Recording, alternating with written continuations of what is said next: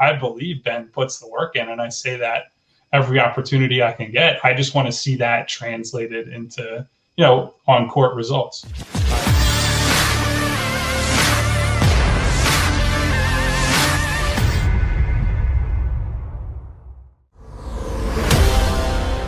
Where should we begin, Harry Mays? Let's start with Danny Green.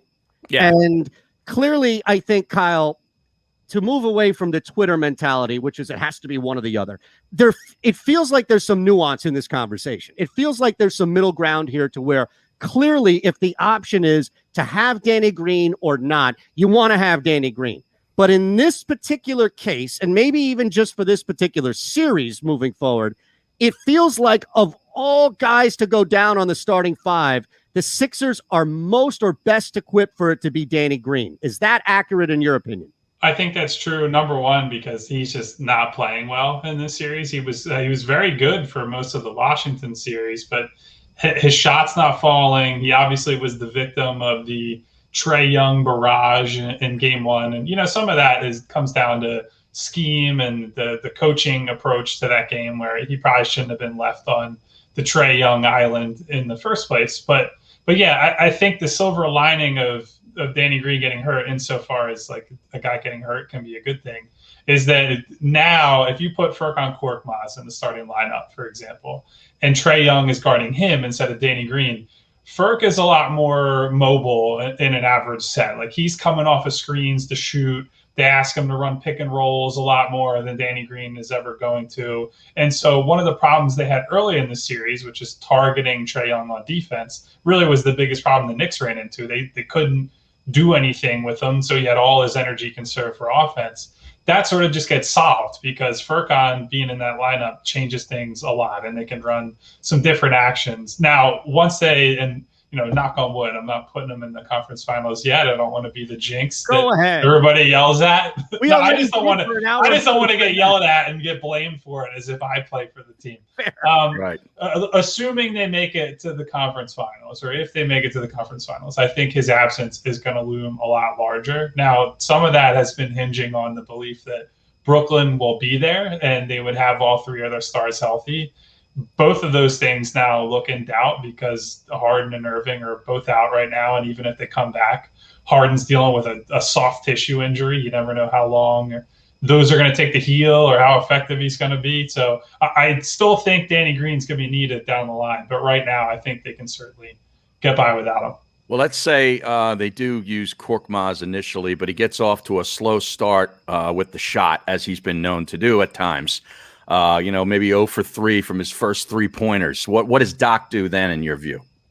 I think the next place he goes is probably just Matisse Thybulle. And, I think it's probably, this will come down to the wire to an extent. I think Doc is going to probably choose between one of those two guys. Maybe he goes off the board and says, George Hill, who's been, I think he's actually struggled a lot more than I expected in these playoffs, but he does have the most experience of a lot of the other options. So maybe he just says, look, he's a two-way player that I trust, and I think he'll get going by being in the starting lineup. But yeah, I think if Furk gets off the slow start, it's easy. You say, okay, Matisse, we're going to just unleash you on the defensive end. You and Ben can kind of trade off possessions where you're guarding Trae Young. Mm-hmm. The reason I think he might not go that route to start and he might go Korkmaz is that if you have Ben in and then you sub him out and Trae feels like, oh, I'm finally getting a break, and then you hit him with the change up and it's Matisse Thybulle, then it's basically 48 minutes of you just have relentless defenders on him. Yeah. If you have them both in at the same time and there are minutes where both guys are off the floor, then you're opening a window for Trae Young to potentially get going. I just want a small hypothetical, and I'll take the hit for assuming this is a reality. So Kyle Neubeck is now absolved from all of it. But let's assume that 2 of the 3 are healthy in Brooklyn and that Danny Green is healthy for that series as well. All things being equal, I wonder if you could get away starting Matisse Thybulle against Kyrie and Durant, or Harden and Durant, or whatever it may be, to where you're not dealing with both guys being off the floor and one of them still being on there. And now it's more of a second unit versus second unit, but you're doing everything to limit Kyrie and even a switch off or 2 on KD, depending on Simmons. Yeah, I'm really fascinated by how Doc would choose to approach that series. I think end of the day, like he's been asked a few times over the last, maybe month and a half, are you considering changing the starting lineup, or would you do it for this series or this matchup? And his answer has always been, look, have you seen our record when these guys start together? And so I think all things being equal, if everybody's healthy, they're going to go down with their starting five. Now, I think probably the more interesting question is, how does it work in crunch time? Will Doc stick with Danny Green in that situation versus Matisse Thybulle, who is taking stuff off the table as an offensive player, where teams are going to leave him alone as a shooter more than they would Green, but he's younger, he's a more dynamic defender.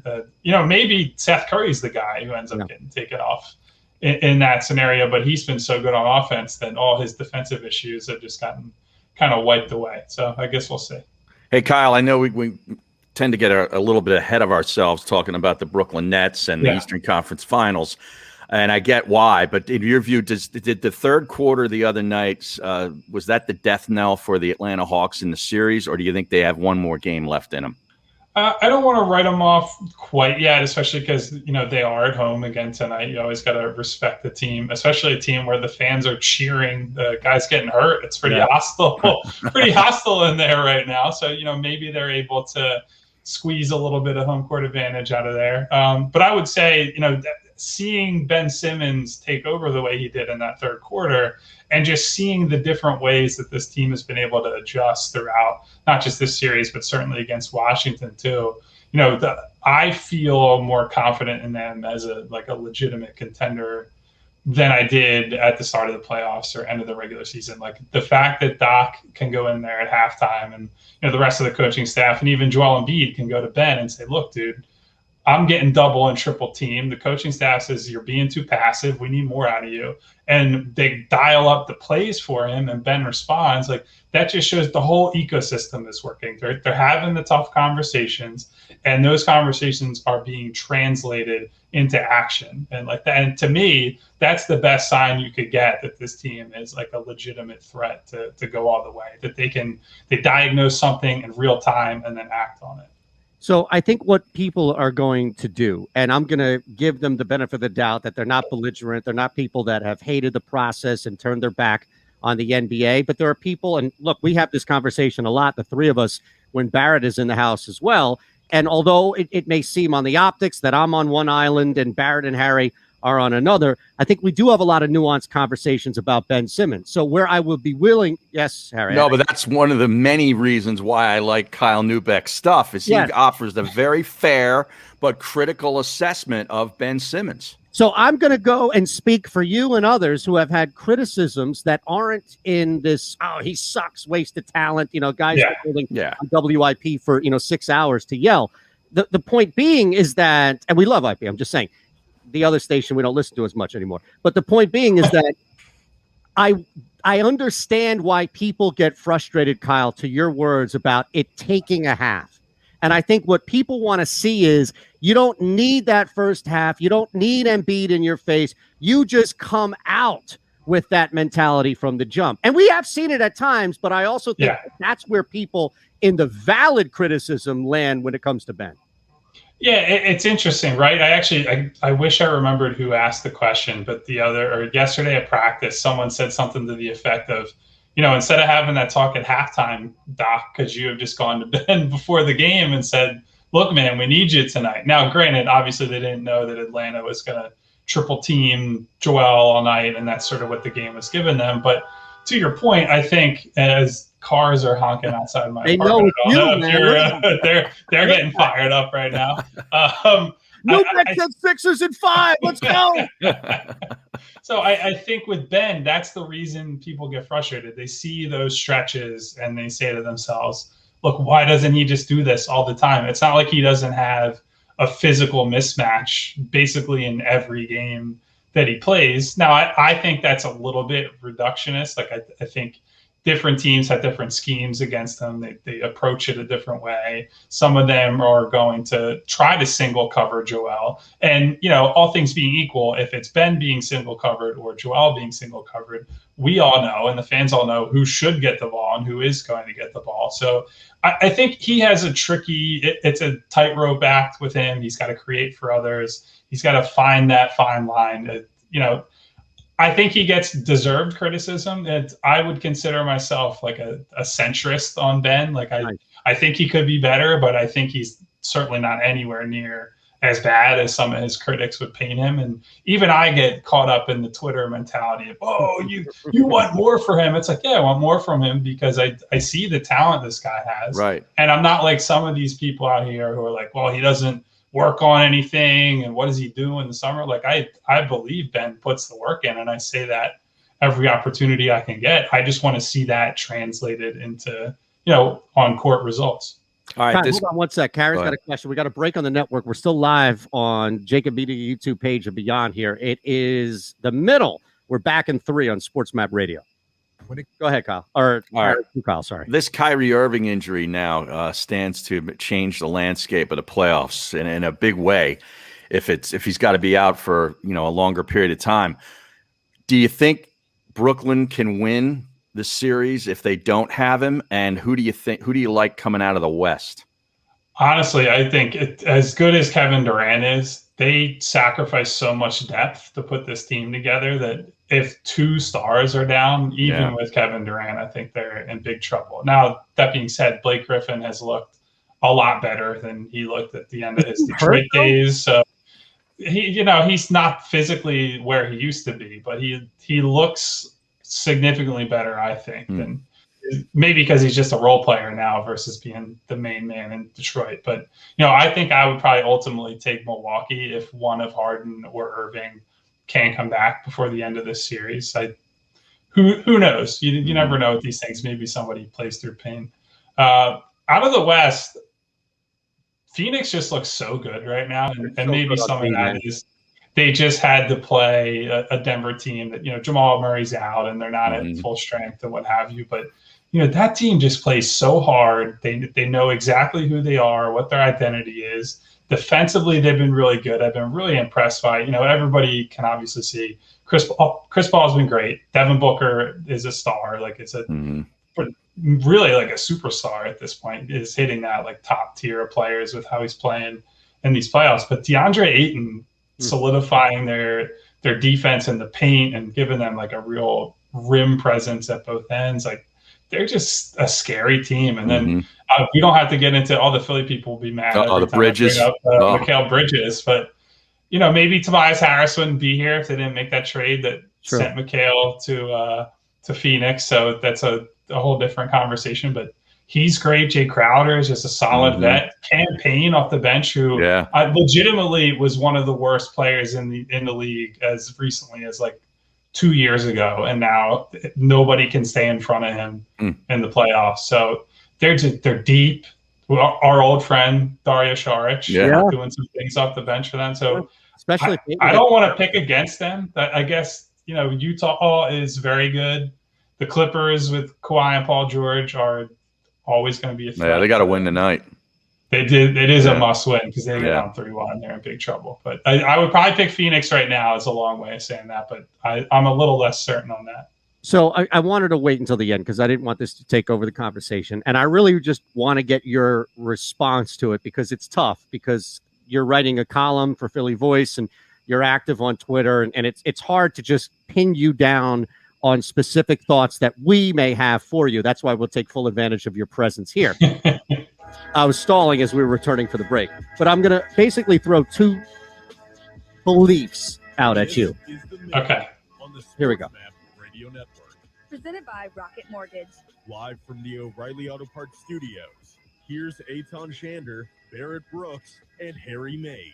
Kyle Neubeck is with us here. Again, you can follow Kyle on Twitter if you're not already, at Kyle Neubeck. Everything Sixers, NBA, and beyond on Twitter, but for the purposes of what he does and writes about for Philly Voice, it's the Sixers and the NBA. And really not only a great follow, but one of the best reads we have in the city. And I think that following and covering a team that has been so bad and understanding the small little nuances of growth and how a team can get to this point, be it the micro of the players to the macro of the team. You and your colleagues who have been there for a little bit, I think, really understand how this league is working in the Sixers' direction. So what I want to do real quick is throw 2 phrases out at you and get your responses, a 1 and a 1A. Is that okay?